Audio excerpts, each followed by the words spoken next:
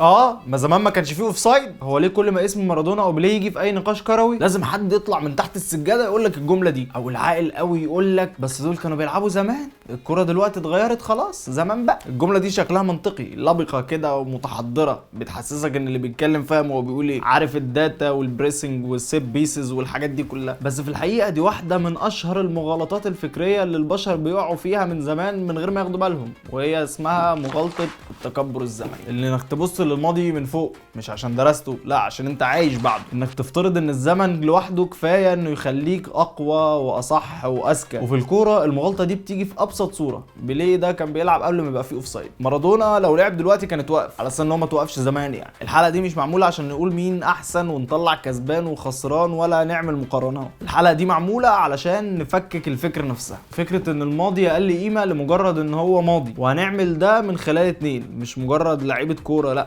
ظواهر بشريه في الرياضه دي، بيليه ومارادونا. لو رجعنا بالزمن شويه مش عشان نتحنيك يعني، لا عشان نفهم، هنلاقي ان اول حاجه لازم تتكسر فكره ان الكوره هي لا، الكوره مش هي بس مش بالمعنى اللي الناس فاهمينه. خلينا نبدا من ابسط حاجه، الملعب. انت النهارده بتلعب على بساط اخضر مستوي بالليزر متقاس بالملي، لو نزلت عليه نقطه ميه في حد هيتحاسب عليها. زمان الملعب كان حاجه كده بين ارض زراعيه وموقف ميكروباص، تجري شويه تلاقي حفره، تحفر شويه تلاقي طوبه، تتزحلق تلاقي نفسك في موسم الحصاد. بيليه كان بيلعب على ملاعب لو نزل عليها فريق رجبي دلوقتي هيتصابوا قبل ما يلعبوا. مارادونا كان بيلعب في ملاعب الشتاء فيها ما كانش جو جميل، الشتاء في الملاعب دي معناه طينه وتلج وكره تقيله لو شطها كانك بتشوط شنطه سفر. ده يخلينا نوصل للكوره نفسها، البول.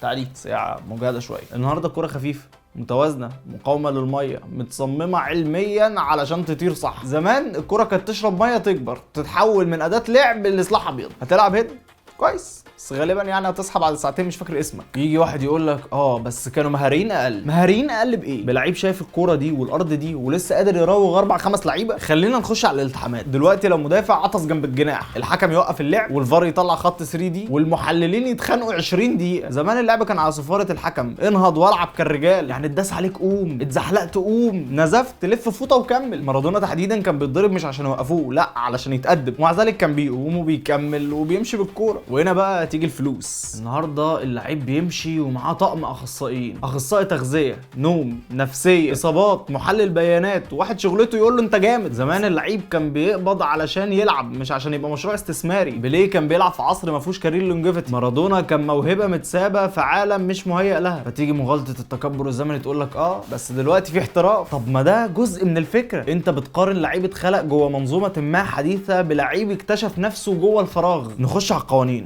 واهمها الاوفسايد زمان كان حاجه اقرب للكمين، اللاعب كان المفروض يكون سابقه 3 لعيبه مش لعيب واحد، يعني المساحه كانت اضيق والتمريرات اصعب والمهاجم دايما هو المتهم. دلوقتي الاوفسايد اتفصل علشان يخدم الهجوم، الكتف، الركبه، شعرايه واقعه، خط مرسوم بالكمبيوتر. زمان الحكم كان بيشوف بعينه والعين بتميل للمدافع، يعني زمان المهاجم كان بيشتغل ضد النظام، دلوقتي النظام بيساعده. ويجي حد يقول لك بس دلوقتي اسرع.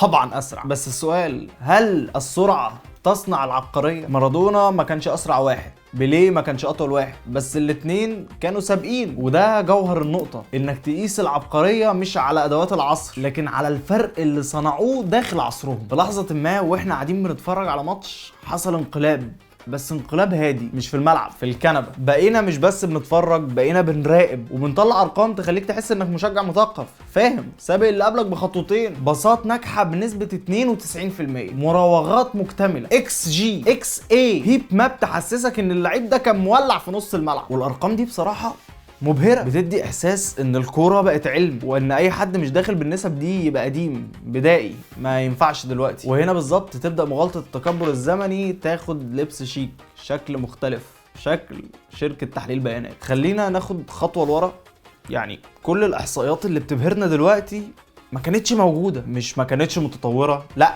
ما كانتش موجوده، ما كانش ليها وجود. شركه زي اوبتا اللي معظم الارقام طالعه منها او على الشركات اللي مشيت على طريقها اتاسست في منتصف التسعينات، يعني بعد اعتزال بيليه بسنين طويله وبعد ذروه مارادونا نفسه. الاحصائيات التفصيليه اللي بنعتبرها دلوقتي اساس الحكم ابتدت تتجمع في الالفينات، يعني بعد ما الاساطير دي خلصت حكايتها وبعد ما الجمهور قرر يحاكمها. وده يخلينا قدام سؤال مش مريح، هو احنا بنقارن لاعبين ولا بنقارن التوثيق؟ بيليه ما عندوش باس اكيورسي، مارادونا ما عندوش بروجريسيف كاريز، مش لانهم ما كانوش بيعملوها، لان ما كانش في حد بيعد. اللي كان موجود ساعتها هو العين اللي تشوف وتندهش وتحكي. دلوقتي العين مش كفايه، لازم رقم ياكدها، ولو الرقم ما اكدش يبقى العين غلطانه. وده ظلم من نوع جديد، مش ظلم الملعب ولا التحكيم، ده ظلم للذاكره. احنا مش بنشوف بيليه زي ما شافوا جمهوره، ولا مارادونا زي اللي عاشوا الناس اللي كانت في المدرجات. احنا بنشوفهم بلقطات قليله، جوده ضعيفه، من غير حتى ما نعرف سياق المباريات دي كانت ايه، ثم نقول بكل ثقه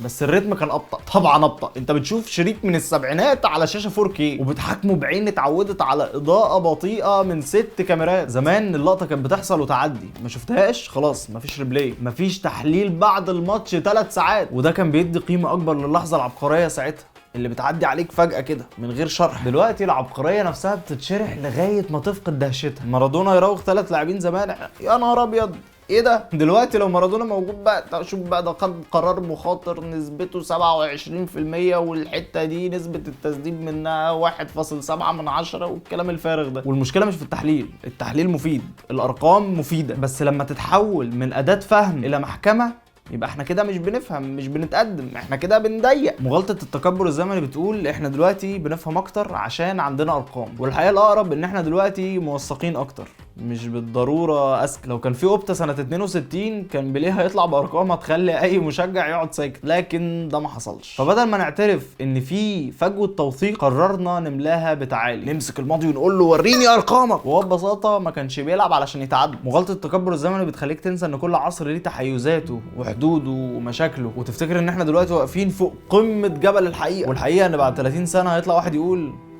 ميسي ده كان بيلعب لما الكرة تطير لوحدها. بيليه ومارادونا مش اساطير علشان لعبوا زمان، بيليه ومارادونا اساطير علشان كسروا حدود الزمن اللي كانوا فيه. مغالطة التكبر الزمني مش بس بتظلمهم، دي بتظلمنا احنا كمان، لانها بتخلينا نفتكر ان احنا كده خلاص وصلنا للنهاية، والكرة عمرها ما كانت كده ولا هتكون. الكرة دايما قصة، والقصة مش بتتحاكم بتاريخها لكن بتأثيرها. ولو لسه فاكر ان زمان كان سهل، يمكن المشكلة مش في زمان، يمكن المشكلة ان احنا بنحب نصدق ان احنا دايما احسن. السلام عليكم.